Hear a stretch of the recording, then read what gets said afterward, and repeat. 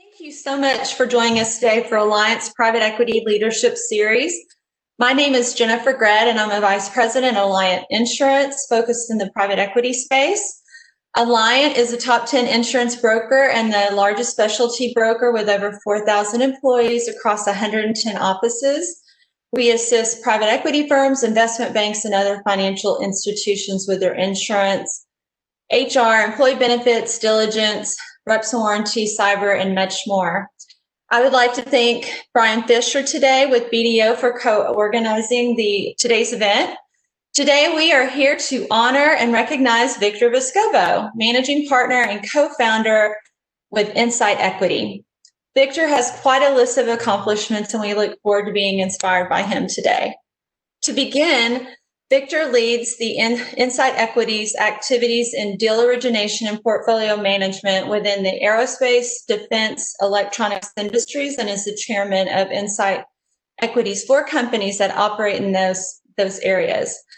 Before co-founding Insight Equity, Victor was the vice president of product development at Military Advantage, an internet community sold to Monster Worldwide. Prior to that, he was a senior manager at Bain & Company.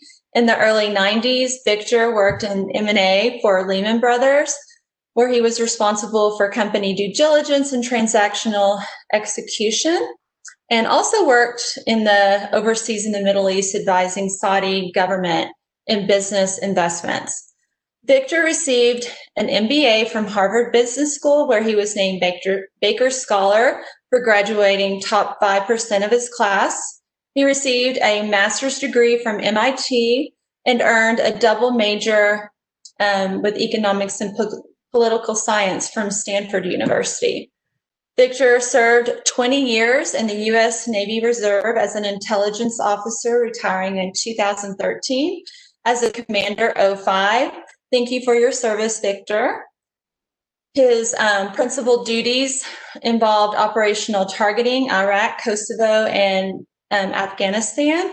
And after 9/11, he was deployed to support counterterrorism efforts overseas. In 2017, Victor became the 12th American to complete Explorer's Grand Slam, which requires climbing the highest peak in all the 7 world's continents, including Mount Everest, and skiing both the North and South Poles.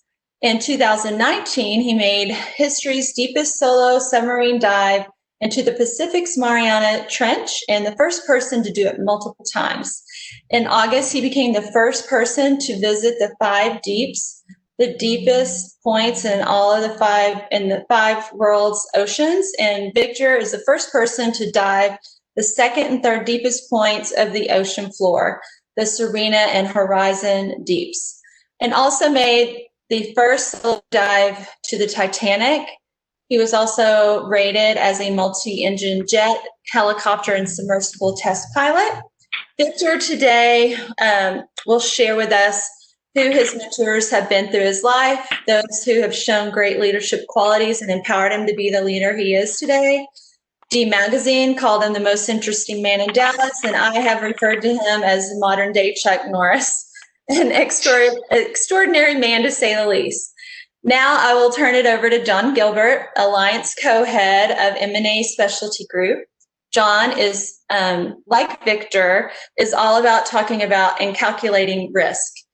He has spent the last 13 years with 3 of the top insurance brokers and is an expert in insurance diligence, reps and warranty, and much more.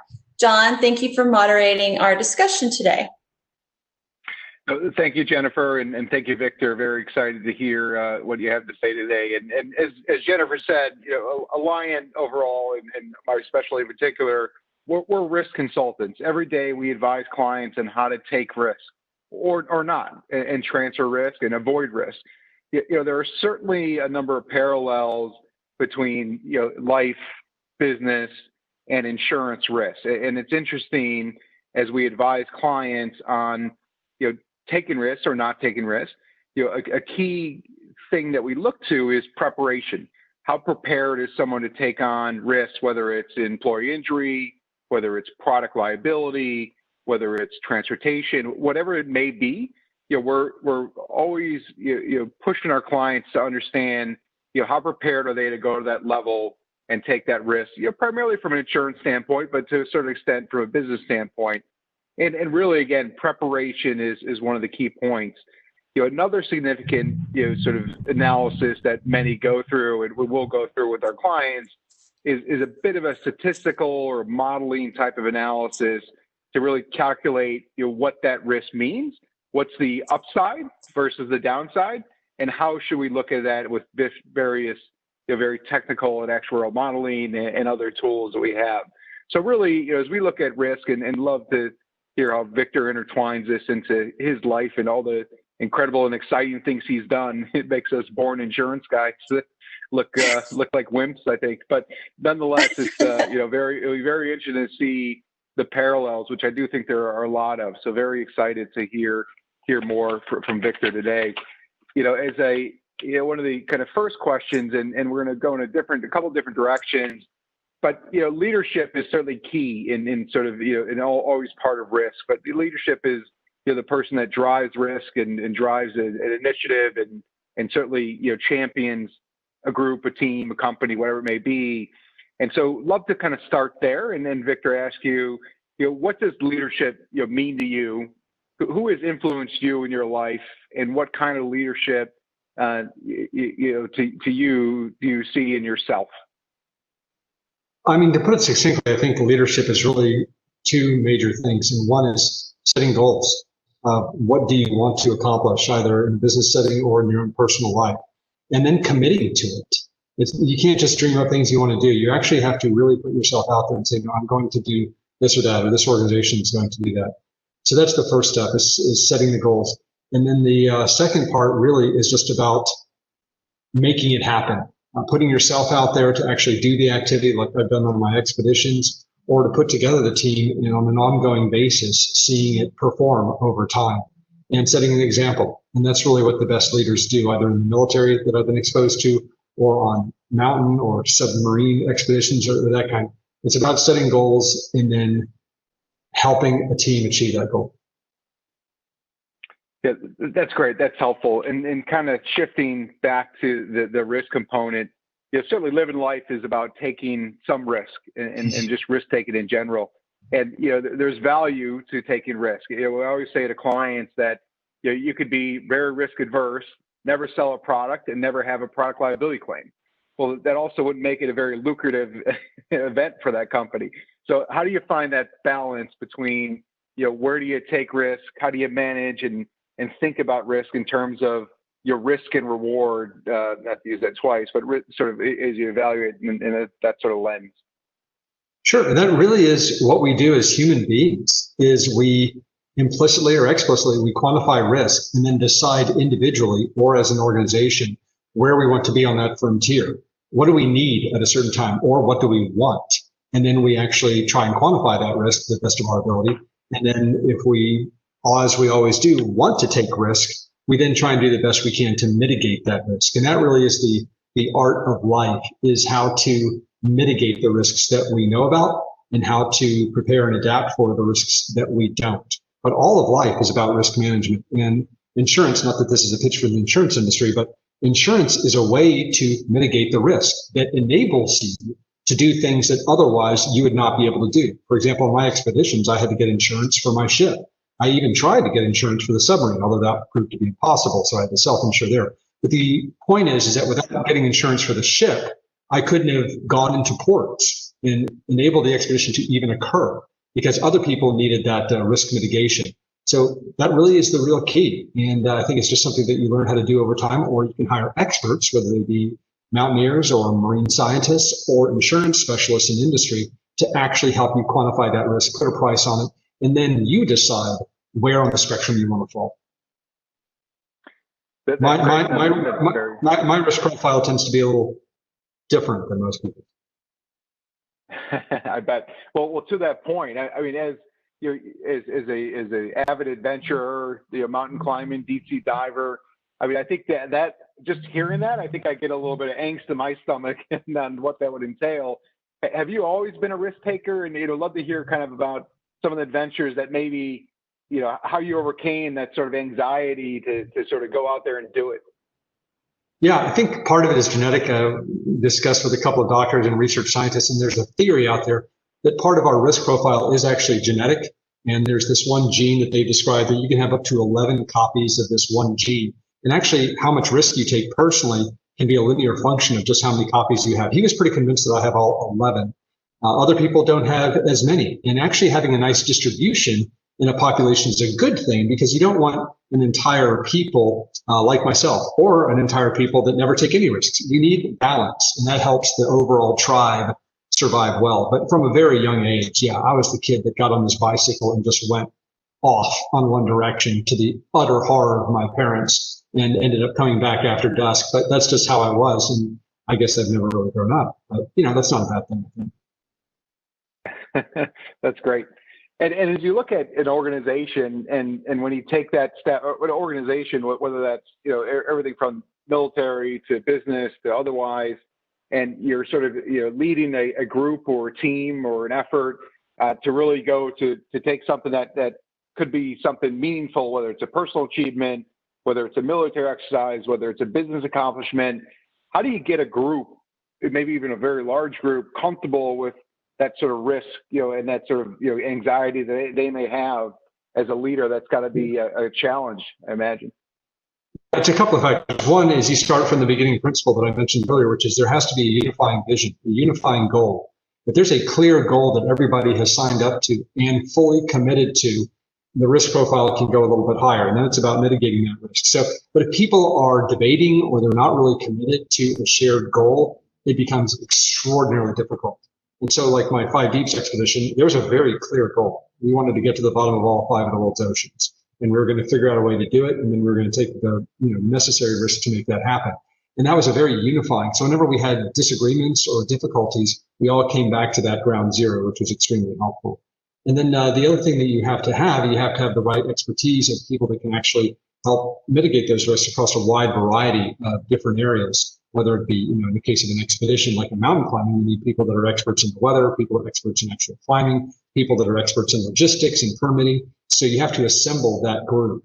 And then in terms of the other major factor, it's about adaptability. And if there's one thing you have to be, and this particularly comes to mind in military campaigns, whether it be Kosovo or Afghanistan or Iraq, is that the enemy gets a vote, whether it's a physical enemy in a war situation, or it's the weather, which is your enemy in mountaineering, or the deep, dark pressures of the ocean on a marine expedition.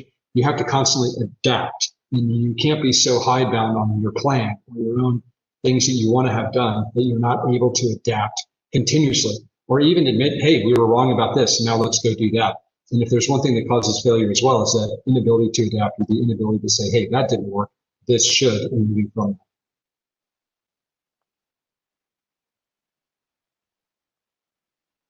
that.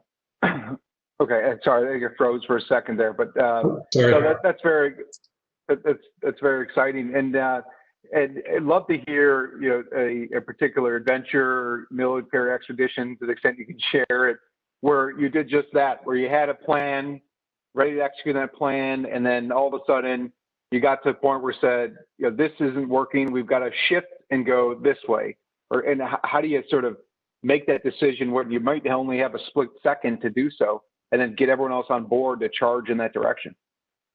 Yeah, absolutely. I mean, the easiest one, I've got actually a slide that can actually show part of this. Let me try and find it if I have access to my screen here. No, I'll just answer the question. In the 5 Deeps expedition, we went through 92 different versions of our itinerary for what was to be about a 10 or 11 month expedition. And the issue was the weather. There were mechanical breakdowns, there were permitting issues, there were all sorts of things that we actually had to work with. And the original plan was actually to start our first dive in the Arctic Ocean, but the submarine wasn't ready for a variety of issues. And then we had some tests that didn't quite work. So we actually had to completely redo the expedition and instead start with diving to the bottom of the Atlantic. And then one thing led to another, and we had to constantly adapt the schedule. And it was very trying because people want certainty in their lives or in their business or on an expedition, but you just can't offer that. All you can do is give kind of a probabilistic estimate. And then when things don't go well, don't keep lamenting what could have been or what should have been and trying to assign blame, but working the problem. The most common problem a lot of organizations have is they constantly just seem to want to assign blame. when there's always enough land to go around, and it doesn't really matter. Now, if there's someone that, or a group that is not capable of doing a job, that's something you have to address. What it really comes down to is there's a group that has an issue, and they have to work that issue together and solve it and then move on. But unfortunately, egos get involved and people want to be proven right, but you just have to discipline the organization to focus on the problems and not the individuals. Yeah, that's great, and makes a lot of sense. And it still can't be easy on the fly and then hope you get it right, to your point, and then have to adapt again, and probably get fatigue. Yep. I imagine it sinks in at some point as well, and being able to plow through that must be a challenge at times as well. It can be, and that's why people's emotions, you can't avoid them, and people can be very dispirited when things don't go according to plan. You can reach low points, you can reach high points, but that's another part of leadership we didn't talk about, which is the leader. If you really want to be a leader, and a lot of people think they do, but it's actually a very, very tough job. Your job as a leader is actually to always portray, the optimism and the energy that other people can draw off of. You're a well of energy, positivity and direction that people really need. Human beings, by our nature, we actually do like to follow leaders, just like any pack or other community. Now, it doesn't mean that it has to be an overbearing leadership, but it acts as a lens, a focal point for other people to draw from and actually enable themselves to do a mission. So it's a tough job being a leader, because you're the one that's actually exposed out there and actually has to give a great deal to other people, because everyone's going to have bad times and good times, and your job is actually to help them up in their, below the curve a little bit. Yep, very interesting. Well, to shift gears a little bit, getting kind of, on a topical point that maybe everyone's sick of talking about, but in terms of COVID-19, how do you see sort of that risk in this environment impacting, businesses and businesses that have taken a step to, maybe not take advantage, but capitalize on potential opportunities? What advice would you give to leaders at various businesses and almost in a particular industry or almost any industry to sort of weather the storm and be able to adapt and survive or thrive? Yeah, it's an interesting question, because I'm fortunate being in private equity that I have really good visibility into 10 very different companies in terms of what they do, and watching the different management teams in terms of how they react. And I've seen everything from the so-called deer in the headlights effect, where it's almost like shock and no one really knew what to do, to other people that very aggressively attacked the situation to actually look for opportunities. And then there's a spectrum in between that. But what it really comes down to with COVID is, at a certain point, you just have to accept that here's a really out of context problem that we all have to deal with very quickly. And you just have to adapt to it. You can't lament how awful things are or go, oh my goodness, or overreact as well. You actually just have to adapt to the situation. This is our recession, and you get one about every 10 years or so, and you're just going to have to manage the problem as best as possible. But the best leaders that we've seen have mitigated the worst effects of COVID as best they can. And then they're actually looking for opportunities. And we've had one company in particular that had a competing supplier really fall down. They actually, in many respects, very much overreacted to the situation early on, and they were fired by their Fortune 50 customer, and they have given all of that work to us. That's almost doubling the size of our company. And we only were able to do that because I had a very aggressive management team that was willing to put in the work to take a little bit of, calibrated risk and work with us, the private equity partner, to double the capital expenditures, et cetera, to make it happen, and then to implement it during COVID-19. So, the crisis can also present great opportunities. And you can't just be in damage limitation mode. You also have to keep one eye open for opportunities if you want to be really successful. Very, very interesting. Well, I know I'm peppering you with questions, and I could probably do this for the next 2 hours, but love to get through some of the slides that you prepared and some of the experiences and whatnot, if that's okay to ask. Yeah, absolutely. And, some of these are just like, hey, what did you do on your summer vacation? But people seem to be interested in the expeditions and how they're organized and what the parallels are to business. So I'll go through these pretty quickly because people can process information pretty fast. Now, let me make sure that this thing can actually move forward. Okay, so there we go. Okay, first question I always get is, why do this? And as you mentioned, over like 30 years, I started off as a mountain climber, and that was part of this goal setting that people do. I didn't really consider myself a leader at that point, but I started in Africa and climbed Mount Kilimanjaro. It wasn't that tough of a mountain. And from there, over 10, 20 years, it just kind of got further and further, where it started climbing all these other mountains that got higher and higher. And that's kind of what you do in business as well. Start small, execute well on what you're doing, and then gradually increase the difficulty of what you're pursuing. And before you know it, you climb the 7 summits and taken both poles and learned a lot about risk mitigation in the process. But after a mountain climb for that amount of time, I was looking for a new challenge, and I was reminded by this quote by Arthur C. Clarke, how inappropriate to call this planet Earth when it is clearly ocean. And there's the great Pacific Ocean on the left there. And yeah, most of this world is ocean. So I said, well, I've never really done anything in the ocean other than serve in the Navy, but I wonder if I could do something interesting in that realm. And so then I discovered, to my horror, that in 2016, 80% plus of the world was unexplored in terms of the oceans. And 4 of the 5 ocean bottoms had never been visited before. This is our own planet, for goodness sake. And even the Challenger Deep, the deepest point in the Pacific Ocean, the star over there, had only been visited twice by 2 different submarines in 60 years. And no vessel had ever done it twice, even James Cameron's in 2012, which I incredibly respect, but it's a very difficult proposition. So I said, hey, what would it take? And this goes into the objective definition. I'm just a guy in Texas that, has done some private equity stuff and some other ventures, but I'm sure people could say, why you? The issue is, why not me? I had some level of resources. I had the imagination. So I said, well, what actually would it take? So when some leader approaches you and you go, oh my God, that would be impossible. Well, that's too ambitious of a goal. Is it really? Really? What about reusable rockets like Elon Musk has done, or made a Fortune 500 company in about 15 years? It's extraordinary. But, extraordinary ambitions can result in some extraordinary adventures. And so I said, hey, what would it take? And I did the math.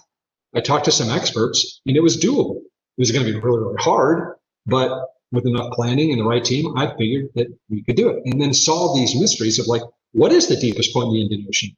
What is the deepest point in the Pacific Ocean? It actually wasn't clear. So what a great adventure to actually try and figure that out for everyone. It's something we should know at this point in 2020, for God's sake. So what do we do it? It was about the adventure. It's about the technical challenge, which really attracted me because that's just my personality. I like technical problems to solve. And then as an aside, we could do an immense amount of science as we traveled around the world and went to places that no human being had ever been to before. And it started on a cocktail napkin. This is kind of where it starts from. You don't have to have, multi-million-dollar budgets or anything else when you're talking about how to actually accomplish a really difficult goal. Start with the basics. Can you actually build a 2-person submarine that's based on titanium that actually can go up and down the water column efficiently? And a brilliant individual in Britain, who's a sub designer, kind of self-taught, came up with this idea, and it passed all the tests. So we started building it. And this is what it looks like in CAD. Had 3 windows, not one. They just insisted on having more windows, and had a manipulator arm so we could interact with the environment. And they put together this incredibly compact Lamborghini-esque design for a submersible that had never been built before. And so we set about the 2 years to actually construct it. And I made the commitment of the money and the time to actually see it through. I didn't dabble, but I did stage it like an option where, at certain segments, I could pull the plug if it wasn't working. But I committed the funds, and I committed my own time to see it through. And I needed a ship. So, I got to cart the submarine around somehow. So I bought a former U.S. Navy ship that, ironically enough, was used to hunt Russian submarines in World War II. And in the Cold War. And the reason that was so important was because the ship is incredibly quiet. And that allows us to talk to the submarine when it's at the bottom of the ocean. And it had worldwide capability, it had polar capability. And so that was a huge financial commitment I had to make, but I did it because it was just necessary. You just have to pull the trigger and not constantly doubt yourself or question what you want to do. Took it around the world. There's the sub on the back end of the ship. That's actually me sitting on top. And we took it around the world and to the polar ice caps because that's where the adventure was. Has anyone ever done that? No, but why not? If it's not physically impossible, you can plan a way to do something. And that's just what we did, and we adapted when there were difficulties. So this is a map of what we did. So we did a circumnavigation of the whole globe, starting in the Atlantic Ocean there on the left. We got the sub to 8,000 meters. No one had ever dived to the bottom of the Atlantic before, but it proved out the sub worked. We took it down to the Southern Ocean off of Antarctica. No one had ever even mapped that area of the globe ever, or even found the deepest point in the Southern Ocean. So we had an incredibly powerful sonar on the ship that we used to actually find it, and then we dove it. And it's really cool. I get to name it, so I'm going to name it after the submarine, which is kind of tradition. Then we took it to the Indian Ocean. We deployed landers and sonar, and we actually figured out that actually the Java Trench off of Indonesia is actually the deepest point. So we solved that scientific mystery. Went to the Pacific Ocean, and in 1960, the Trieste went down the first time with one dive, and James Cameron went down in 2012 with his first solo dive. And then we dove it 4 times in 10 days, proving technologically that we had a submersible that could go to any point on the seafloor repeatedly, which is a great technological achievement of the team, which I'm very proud of. And then we went down to the Tonga Trench to actually verify that it was actually not deeper than the Challenger Deep. It was close. And we didn't just do a sonar reading, I actually took the submarine all the way down there. Had a battery fire outside the sub, which was kind of scary, but got through that, obviously. It ended up only being about 120 meters shallower than the Challenger Deep. And so there's an example of, I didn't want to come back 5 years and have someone tell me, hey, you dove the wrong place. So you put in the time, you put in the investment to do a thing thoroughly and with no reservation. So when someone says, are you sure you dove the deepest point? I'm pretty damn sure. Oh, how do you know? I went to all the places that could have qualified. You do the work. Then we went through the Panama Canal, and on the way to the Arctic Ocean, it happened that we were going to go right over the Titanic. So, we had a sub, we had a ship, so how could you not go to the Titanic? So we spent 5 days diving the Titanic, and that was fun. Then we did the Arctic Ocean, and we were able to finish the 5 Deeps expedition and then finished up in London. How do you measure the bottom of the seafloor? You use a multi-beam echo sonar, and you send sound waves down, you get them back, and you actually map the seafloor. This is what the Java Trench looks like off of Indonesia. It causes all those tsunamis and waves. You can see the big spikes coming up out of the bottom that get jammed in between the tectonic plates. But this had never really been mapped to this resolution before. So we're able to send this out into the open source community so that geologists and other people can use it to hopefully try and predict earthquakes or figure out just what's going on in this very active region of the world. And we solve mysteries. The 3 white circles you see are actually the places that we thought the deepest point in the Java Trench, the Indian Ocean, would be. Most scientists thought it was on the left. My own scientists thought it was the one on the right. And sure enough, the deepest point in the Indian Ocean was on the right in the middle. And that's just a classic example of, you do your best, you get the brightest people to come up with what they think is the right answer, but even they can be wrong. And then you just adapt to it. And then, of course, that's where we do. The mapping that we did, we mapped 5 major trenches. We collected over 1 million square kilometers of data by this point. That number is actually out of date. And actually, because we traveled so many places for the first time, we mapped 130 places on the seafloor. And since we did it, we get to name them, which is just fun. That'll be a real fun. That's a lot of names I got to come up with. We took robots down to the bottom with us that act as navigation landers for us, so the sub could know where it was. They actually got baited traps. We collected over 400,000 biological samples and collected data from all over the world that it will help us build climate models more effectively, because no one goes to the depths we did, and we can figure out how much heat the water is trapping and do all sorts of other things to actually help those models. And then there's the wildlife. That little octopus you see on the right, that's the deepest octopus ever filmed. And we increased its habitat area by a factor, I think, of 2 by the fact of seeing it down there. We saw the deepest fish ever recorded, the deepest amphipod, all this other type of stuff. So we were able to do some really good science. And this is what it looks like in the mission control area of the ship. People hard at work just capturing the volume of data that we got that we're still analyzing and will be for several years. It's not all about science and math and all that. There's some real gritty stuff. And just like in business, sometimes you got to get out there and get wet and get dirty. And to recover a submarine, this is what you have to do. Get in the boats, get a diver, and you got to haul in that beast and get it back on the boat. And I'm actually inside of it in this photograph. But, you got to do the tough, wet work as well as all the academic work to make things happen. This actually is a picture of the first life form I saw at the bottom of the ocean. That's called a holothorian, a sea cucumber. And there it is moving around. I didn't know if it was alive or not at first, but it was trying to get away from me. And there it is. And, even at 8 tons per square inch of pressure and freezing temperature, life finds a way. I unfortunately found plastic at the bottom as well. But most of the plastic that I saw wasn't that piece at the upper right. It was cables left by scientific expeditions before. Most of them, unfortunately, Chinese. And those are actually a hazard in navigation, but that's a real tragedy. The biggest contributors of garbage in the Challenge Deep have actually been scientists. And then there's Titanic. I had to show some Titanic because everybody loves the Titanic. That's actually the bow on the left. That's a picture taken from my phone through the portal. And that's a 4K image on the right there. So we were the first people there in 15 years. And 2 things about the Titanic. It's really, really big, much bigger than people realize. It's not going anywhere. It's not going to vanish, despite what the press says. It'll be there for 100 years. It's just too big. And second, it's really dangerous to go down. I was surprised. You can see the steel beams on the left. It can capture a sub pretty roughly, and entanglement, which was a serious issue. I dove it solo, which no one had done before, and now I know why, because you need two sets of eyes out there, and I will never do that again. That's about risk mitigation. Sometimes you take a risk or you insure a risk, and you go, maybe that wasn't the best idea, and then you use that learning going forward not to do it again. So what did we do? After doing that big mission for the 5 deeps, we had to keep going. So we had to now use this technological marvel that we constructed to do some other interesting missions. So we went to a submarine off the coast of France that mysteriously vanished in 1968. Dove with Her History and Highness Prince Albert of Monaco to do an ecological dive in the Mediterranean. And then we went to the Red Sea to do some science dives with the Saudi Arabians.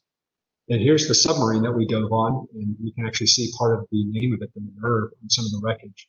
Lost with all hands, and you can see the conning tower on the right. And I was able to take down a submarine expert from France for a couple of hours and really just went around and around the conning tower until we really could verify that we think we now know what brought the sub down. And you can see the snorkel on the left part of the conning tower kind of cracked and bent. We're now pretty convinced that it was run over by a container ship in catastrophic flooding, and they couldn't salvage the vessel and they died, which is really tragic. But I was able to take down the son of the captain, and we laid a great plaque on the the people that died there. So that was a very special mission. And then we did a kind of science expedition at the bottom of the Mediterranean. That's Prince Albert there in the picture. And we went down and we saw all this garbage on the bottom of the clear so deep, which is really tragic, more trash than I've ever seen at the bottom. So when you throw something into the ocean, it doesn't just vanish. It definitely goes somewhere. It typically ends up in the deep parts of the ocean. And if it's plastic, it'll degrade and it will enter the food chain, and it'll enter your bodies one way or another. In the Mediterranean, we did some science dives. These are chimneys that come out from, minerals, geysers underwater, which were really fun to see. And then we continued east. We went back to the Challenger Deep. We did 6 more dives in 2.5 weeks. I got to pilot all those, which was really fun. And then we did more mapping of these areas that had never really been mapped before, including off the coast of Russia at the Kamchatka Trench, which I don't think they were happy about. Even they haven't done that yet, but I had to tweak their nose a little bit. And then we mapped the entirety of the Aleutian Trench, which had never been done before. But it was on the way, and NOAA really wanted us to do that, so we did that. And that's what it looks like when you map these underwater mountains, which is really fun. And there's the deepest recorded jellyfish on the right, which we recorded just earlier this year, which is all the way down at 9,100 meters, which scientists said they weren't sure that it could survive, but there it is. And this just shows just all the places that we've gone all over the world with the ship to map and do science. And this is just trying to illustrate that, when you set out on these ambitious goals, you never know where they're going to lead, but just follow them. And before you know it, you'll be doing some extraordinarily fun stuff. And everything that we're doing is contributed to the open source. None of this is for commercial purpose. I'm using it for an economic gain. So we mapped the Aleutian Trench. And then what we have planned for this year, we're in Hawaii right now. I'm going to try and climb Mount Mauna Kea from the very bottom of the ocean all the way to the top. No one's ever tried that before, but why not? We're going to be there. Then we're going to go back to the Western Pacific. We're going to try and dive the Challenger Deep a couple more times. We're really going to try and retrieve a bunch of rocks. And where I'm going with this is even when you achieve something, pretty interesting, you can build on it. Don't let your ambition get stale. Keep looking for that next challenge. A big challenge now is to come back with a bunch of rocks that have never been retrieved before. Hopefully that even have bacteria or other things on it that could show the precursors of life and how it originated on the Earth. And then we're actually going to try and do the deepest wreck dive ever attempted off the Philippines for a World War II vessel that was located last year. That would be at 6,000 meters, and no one's ever dived a wreck that deep, but we're going to be in the area, and it'll be a nice technical challenge. So to kind of wrap up, I think it's a great time to be alive. We're seeing some extraordinary things. You have Elon Musk and SpaceX, who built the Falcon 9, and now we have the first reusable rocket, other than the space shuttle, which is different. They can go up and down to space very inexpensively. And on the right, in a much quieter, subtler way, we built a reusable full ocean depth submersible that can go anywhere on the seafloor repeatedly, which also had never existed before. So we are in kind of an interesting age of exploration, funded by private investors, since I funded everything myself for my ambition. And hopefully we're going to keep going strong. And then finally, the parallels. You mentioned this earlier, Jonathan.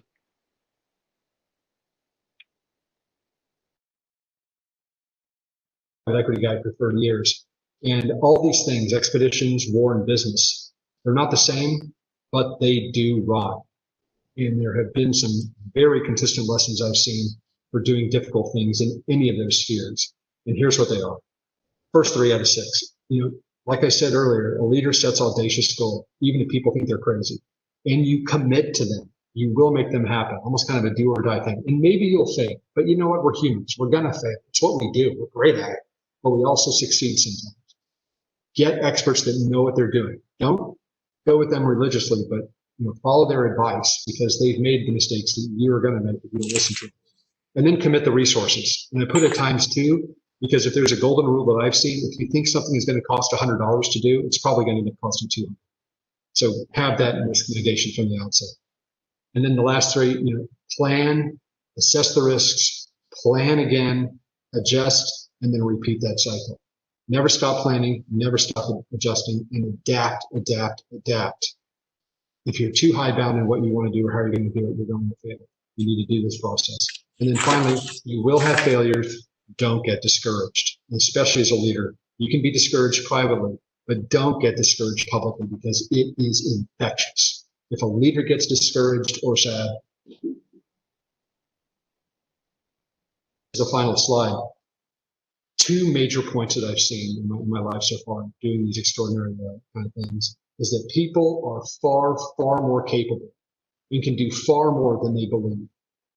People have these built-in limiters in their brain, it seems like. You've got to break out of that. I've seen people that have worked with me on these things, and they've done things they never even believed they could do.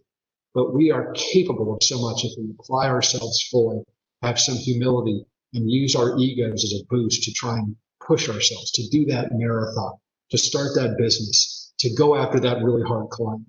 But you're not going to do it unless you try. And then if you do it as part of a team, it multiplies. If you have a group of people that are striving to achieve their real full potential, and you put them together, it's extraordinary what you can build. You can build reusable rockets. You can build a reusable submarine. You can go to the moon, but individuals couldn't be themselves. And these are the 2 biggest lessons that I've seen. So with that, that's kind of my pitch and what I've learned. Yeah, that's very exciting.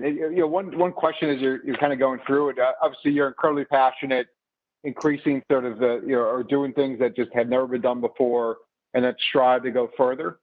How do you get everyone around you motivated to do that and almost become a leader in themselves to want to get to something that they never thought was obtainable as you're going through your various adventures and otherwise? Well, it starts at the beginning. Choose an exciting objective. And if you have a really interesting objective, good people will want to be part of it. But to be quite frank, you will identify people that don't have the same passion or the same energy, and you will have to call them out. I went through 3 ship captains until I got the right one. And sure, that was painful to do and expensive, etc. But you have to be, as a leader, you cannot hesitate. You cannot suffer fools, and you cannot suffer people that bring the rest of the organization down. Your job is to prune and to help build the team. And when you have that good vision and you are committed in pursuing it well, and you're showing the willingness to prune out the people that just should not be on the team, it's better for them and it's better for your team. That's the thing that you have to do. And then it all comes together. But in my expeditions, everybody had the passion like I did. And if they didn't, they were in the wrong place. Yeah, that makes a lot of sense. And so kind of unrelated, but it is a lot of questions are going through my mind. You're traveling in some pretty dangerous waters, no pun intended. What was the sort of most dangerous or life-threatening experience you went through? I mean, could have been Somali pirates or something else, war zones. I'd love to hear any interesting points there. Well, here's a good example of risk mitigation, right? And my insurer was not real happy about me sending the ship right across Somalia, but there was no choice. So that was a good example of that was a risk that we had no choice but to take. How do you mitigate it? Well, we put basically a SEAL team on the ship for about 3 weeks, and we went as part of a convoy that was escorted by military vessels. And I myself got off the ship. I don't want to be a ransom target or something like that. So you do all these different things, and it went off without a hitch. So that went great. And then there are, other dangerous things that we did. The weather in the Southern Ocean off of Antarctica was absolutely ferocious. And that was a real danger. It actually caused the submarine to be pushed into and collide with the ship, which was very scary, but you just have to accept that risk. And then there were others. There were just technical risks. Like I mentioned, I had a battery catch on fire and had to deal with that. But, like I said, you manage the risk as best you can. But no, we never had to repel boarders from the ship. And we never had the Chinese come and lower their guns at us, which I thought might happen.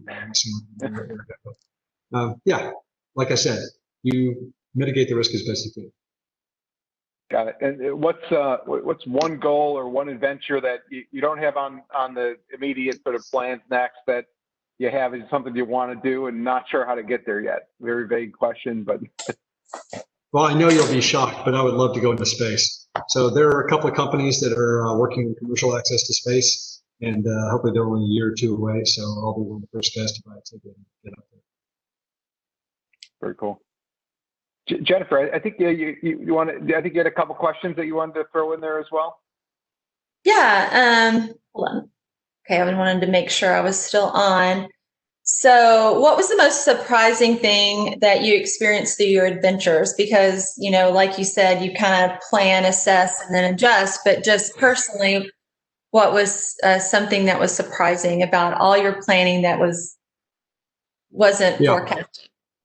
I will surprise you all. The most difficult part of the expedition, other than the pure technicality of building a sub and making sure it can survive collection, apart from that, by far the most difficult thing was government permitting to dive in these locations from foreign governments.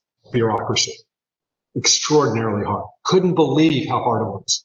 Where it could take these groups 6 months, a year and a half to analyze pieces of paper that, hey, we just want to go down and dive a submarine and do a tiny bit of science and then share it with the rest of the world. How hard could that be? But evidently it's very hard. People are concerned about security. They're worried about that you're going to take DNA from animals and exploit them commercially, all sorts of things. But what it really came down to is that the lesson is one cannot be beholden to other people's bureaucracies. It's easy to get frustrated or abandon things, but you just have to pull through it.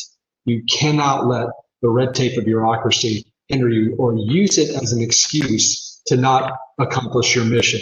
And I just don't abide by that. So when Indonesia never gave us a permit to dive, we looked very carefully at the law of the sea. We dove anyway. We just made damn sure that we didn't take anything with us because then we were within our rights to dive in the water that was technically international waters. They disagreed and they said some nasty things, but at the end of the day, they were, we don't agree with them. And we accomplished the core mission. It would have been better to do more science, but that was not allowed. So you have to, again, adapt. But to answer your question, the most surprising thing was the long arm and dead hand of regulation and bureaucracy that can kill so many ventures. And to spirit your team, but you can't let that happen. Well, the next question is, can I go on your next expedition? With COVID, it's gotten a lot more challenging. But we are planning on going back to sea, as I mentioned, in February and March to do some more expeditions. And we've got it all planned out what we're going to do. But we do invite journalists and scientists to come on board. But yeah, there's always a lot more people that want to come on board than we have slots for, unfortunately. So love to have you, but I think we're all spoken for. I'm sorry. I knew the answer to that already. I was going to say I'll learn my best, but how long did your last expedition take? Well, the good news about these deep trenches is that they're usually within a couple hundred miles of coastlines. So I'm able to go to and from the ship so I can maintain my business interests and my other things while the ship is actually moving all over the world. The longest time we spent at sea together was about 5 weeks, which, to anyone that's been in the Navy like I was, that's not that long. Aircraft carriers go on deployment for 6 months. So my hat's off to our wonderful folks in the Navy. So it's not that bad. But the overall expedition can take, 4 to 6 months to do all the different parts, but I can come and go and other people do as well. So it's kind of a rotating group of people other than the crew of the ship. Got it. Makes sense. Brian Fisher from BDO is on as well, and he will be asking you a few questions and then closing us up. Brian? Hey, Victor. Thanks for joining us. It's been fantastic. Just a couple of questions more about your leadership. Sure. How did you balance kind of your adventurous goal setting and diving down to the deep while maintaining the scientists who are, wanting to go on and have their own individual goals? How do you kind of manage both of those two separate It's a great question. And the key is you have to learn as a leader to compromise. Compromise is not a bad word. I don't know why it's become a bad word so often, especially in our polarized society. But yeah, that is absolutely the case. The biggest point was I like diving solo. I like flying aircraft. So it's just something I love to do because it's such a deep and personal experience. But they thought that was awful because there's a seat right next to me a scientist could be in on some of these dives. So that was a little bit of attention. But at the end of the day, you have to compromise and say, okay, but I'll do this, this, and this for you. Oh, and you want the ship for an extra 3 days to go to this remote location because no one's been there? Okay, I'll do that on my dime, etc. But I need this. So you pick your battles and you compromise with people. But sometimes if you're the leader and if you're the one paying all the bills, you have to say, you know what? I've heard you. I get it, but I'm going to do this. And that's how it is. And I'll do my best to mitigate it by letting you do these other things. But that's the call. And then you don't let it drag on. And you don't let people come back and revisit it over and over again. A leader has to be strong, and when a decision is made, you have to follow it through and let them know. That's just the way it is. And sometimes you have to be hard-nosed about it. So it's about compromise, but also holding to those things that are very important and making the tough calls as a leader and following through with it. And would you say that that's a similar skill set that was used during your investing life and before? Yeah, and investing is a great example where, as part of a private equity firm, I've got other partners and we're looking at an investment idea. And some people may like it and some people may not. But if you have the most expertise in, say, that industry and you have a strong view, sometimes you got to put yourself out there saying, I don't support this investment. And, you could be wrong. And it could end up being a great investment for somebody else. But you need to compromise on other deals and maybe you don't have as much expertise on. You just can't always be the dominant person, always trying to control every situation. That's not popular or effective either. Compromise is part of an essential skill set that leaders actually have to have. You just can't be, rolling over all the time either. It has to be very judicious, and you have to collect all the information and then make a good decision. But always leave something on the table for other people. Otherwise, they'll resent strong leadership over time. And do you think that kind of the rope that you're talking about, is that how you get people to get outside of their comfort zone and elevate to that next level where you need them to perform, whether it's in these expeditions or the management teams that you're looking at? Yeah, at the end of the day, people want all the benefits of good decisions, but they don't want to take the downside. So one unique thing that leaders can do is they can take in the information, and even if they disagree with someone that's advising them to do something different, is saying, you know what, we're going to do this. I know you don't agree, but if it fails or it's wrong, it's on me. But if it succeeds, I'm happy to give you all the credit. You don't say that explicitly, but that's kind of what you do. And then people would be like, well, okay, that's not that bad. So you constantly have to massage people as well, because people do not like to fail. People do not want the stigma of failure. A good leader will take on the risk of that stigma in exchange for getting their support for doing things that maybe they don't fully want to support. Now, if they just absolutely refuse to do something, then it's like, okay, well, then you can resign or leave, because you can't just go on just having people that constantly 180-degree disagree with you. You need to have some unity of leadership there. And the best teams are people that can give and take. And sometimes you don't know the right answer, but a good leader will actually make hard decisions and then accept responsibility. And God forbid, not be the kind of leader that when things go wrong, they start looking down the food chain and start firing people and blaming them to protect themselves. That can work for a short period of time, and it has worked for some leaders, but it doesn't work all the time. And it's certainly not sustainable, and you will not get good teams to follow you over the long run. It's interesting. Very interesting. So when you have, you've had military career, expeditions, all these different things, how have you worked yourself or practiced relating to all these different types of people, whether it's your scientists or your colleagues at Insight, who are, top 5 school MBA type people? Yeah, a key thing, this gets more personal about how to relate to people. And I think the key is everybody is interested in something or a couple of things. And it's not that hard to find out what they're interested in. Just ask that or ask people around them. And, if you're in any kind of a people person, even if you're not, even if you're an introvert, and I'm more like that than people realize, is just take an interest in that. What are they interested in? And, show some empathy. Remember their bloody names. I write people's names down and make a conscious effort to make sure when I see them again, I can call them by their name and I remember what their interests are. Very small things like that can have a pronounced impact on how a leader is perceived by their organizations. And it's just the right thing to do. we're all in this together, and the leader may be at the top of the apex, but the organization is what delivers the goods. And so what about inside equity kind of makes y'all special? Like what's different about how y'all do things? Well, it's interesting. Inside equity came primarily from leaders that actually came from the management consulting industry. So we kind of, I guess we're eating our own cooking where we're actually trying to have good best management principles. It's meant to be more of a collaborative management consulting type environment as opposed to a very transaction heavy investment banking type activity. We don't necessarily want to be the biggest fund out there. We just want to have good investments. And I think the most important thing for us in our leadership is that we really try to be very inclusive. Like whenever we do hiring, this is a good tactical example. Whenever we hire someone inside equity, every person in the firm was in a conference room and we actually evaluate each candidate. And everyone has an equal vote, even the partners, even myself. And we, put it up on a big display, and you can see very clearly if someone is someone we want to have join us or someone that just wouldn't work out.